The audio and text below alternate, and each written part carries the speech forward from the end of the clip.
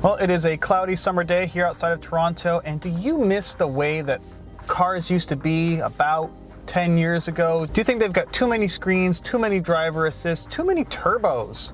Well, I have the car for you. It is the 2022 Lexus IS 500. And if you think that new cars are just a bit too new, well, this is the new car for you, and I will explain. First of all, the big news is that this is the IS 500. 500 stands for a 5-liter V8 up front with no turbos.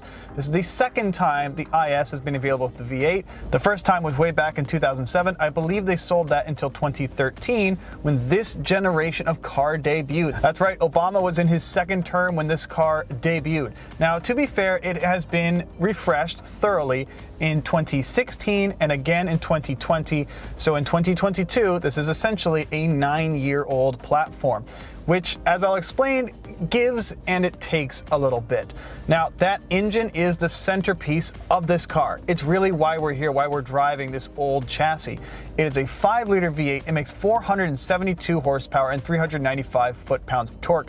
But that's not all, folks. It does it the old-fashioned way. It has titanium valves, high-lift camshafts, and dual-length intake runners, and no turbos, no supercharger. It makes all that power just with displacement and revs, a lot of them. Peak power is in fact at 7,100 RPM, and peak torque isn't until 4,800 RPM. This engine is a screamer.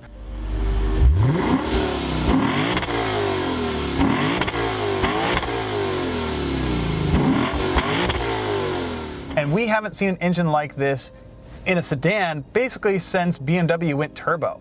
And so if you're really missing that old school feel, well, this might just be the ticket. So the base price of the IS 500 is $72,900.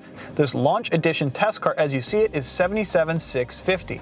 Fuel mileage is rated at 14.1 city and 9.3 highway. Now, in addition to that engine, the IS 500 package includes quad exhaust, black window trim, a power bulge hood, and special 19-inch NK alloy wheels, which are a little lighter on each corner than the standard 19-inch units you would find on other Lexus.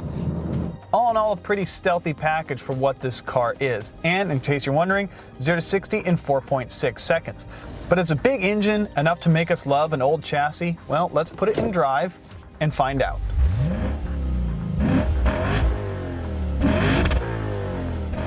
So, the IS 500. The first thing I thought when I got into this car and started driving is that this engine reminds me a lot of the E39 M5 engine, a car that most people revere as one of the best sports sedans of all time. Why? Because of that engine, because of that shifter, because it feels so athletic. Now, this engine deserves praise. It's naturally aspirated in a world of turbos, and it has charms beyond its power rating. Those trick dual-length intake runners mean that they phase over at about 3,000 RPM to give you great top-end power, but also a really strong mid-range for an engine that really lives at the top end. But you really have this great mid-range grunt in this engine. And that means that it works all the way to the top. And when you punch it, you can just ride that torque all the way to the top. And it's fast too. 0 to 100 kilometers an hour in 4.6 seconds. It will move. It does consume a lot of fuel, something like 14.1 liters per 100K in the city, and a bit better on the highway, it must be said. But still, big engine, big V8, it drinks a lot of gas. But when you put your foot down, oh, it's sweet. Now, the rest of the car is attached to the engine, it must be said, and it is in some ways not so sweet. For example, the brake pedal calibration. It's so squishy that I kind of thought it was broken when I started driving this car. I had to get out and look and make sure that there was still brake pad on the front. It feels so squishy, and you keep pushing more and more, and there's brake down there, but it's not sporty or confidence-inspiring for a car with this kind of power, and I would prefer a firmer pedal, especially when I click it into the sport modes. That said, I actually like the steering feel. It's not Porsche good, but it's good. And especially good for this age of chassis and this price point of car. I think the steering in this car is quite good. And it feels sporty, it feels engaging, and the wheel itself is just perfectly shaped. It is exactly where you want your hands to be. I love the materials. It really is a super sharp wheel. And I think it's aged quite well. This is kind of an old steering wheel at this point, but it's a good one. The sticking point of the driving experience has to be this transmission. It must be said, this was one of the first really good 8-speed automatics when it came out in 2014. Time has moved pretty quickly for transmissions, and although 8 gears is still really good, this one isn't.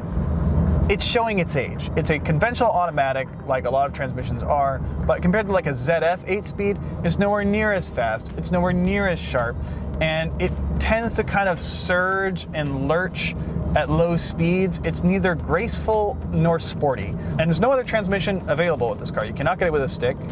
This is kind of it. It has, a manual function. You have paddle shifters here.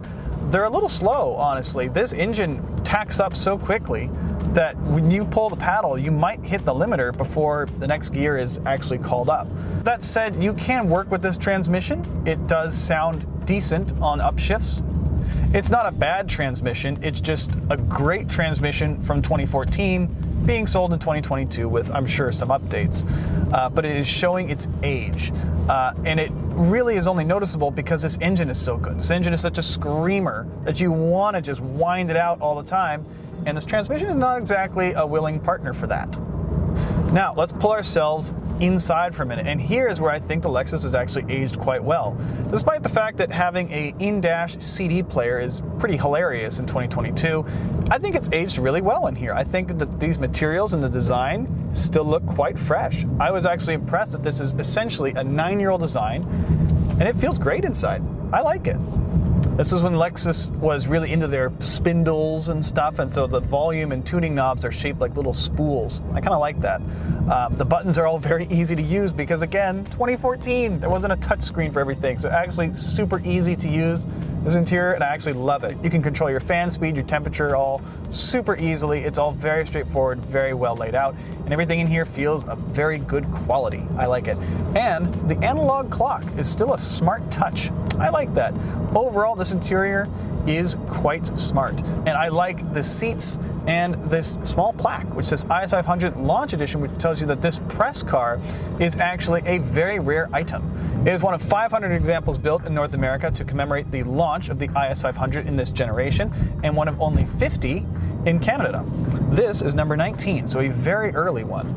Now, the Launch Edition does cost an additional, I believe, $4,700 or so over the base price of $72,000 of the standard IS500. It may or may not be worth it for you, but if you are looking for a collectible, it's quite a nice one. I like it.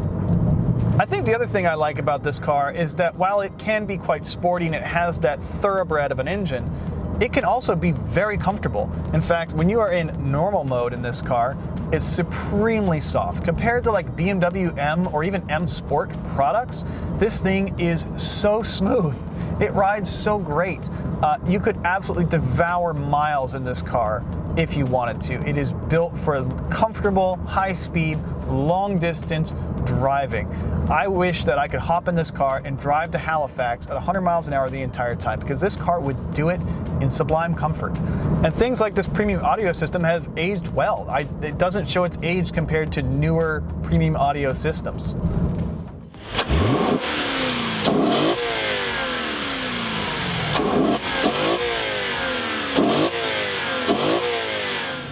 I think people are pretty obviously going to buy this car because of the engine, but the IS500 has a lot of charm regardless of that engine. It's a fun car to drive in any sense, and it has aged really well. And if you do feel that modern car design has somehow passed you by, feel cars are too electric, too digital, too techy, then this kind of is a refreshing car to get in and drive. It shows how far we've come in the past 10 or even 5 years with cars. And not all progress is forward progress, I would argue, because some things just don't get old, like this. And if you would like to see more reviews of beautiful V8 engine sports sedans, then you should head over to Driving.ca to read my full written article about this car. And don't forget to follow us on social media on Instagram and Twitter. For Driving.ca, I'm Clayton Seams.